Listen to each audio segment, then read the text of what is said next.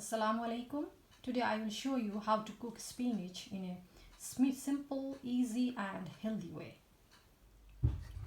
To cook spinach, I need to fry the onions with sunflower oil first, and I need to add 1 teaspoon of salt as well.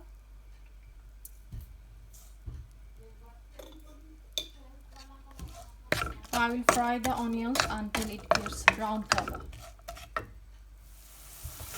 Now my onion gets brownish, and I will add some prawns in it now.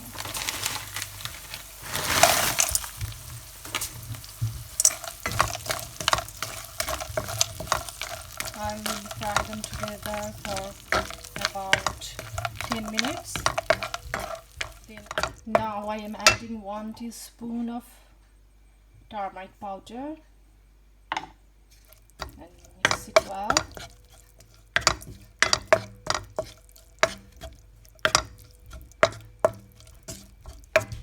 I will cook it 5 more minutes. Now I am adding spinach in it. I will add all the spinach. I have mixed all the spinach in it. I am going to cook this with low flame. After 15 minutes of cooking, I am adding some yellow peppers and green chilies, and I will mix it up.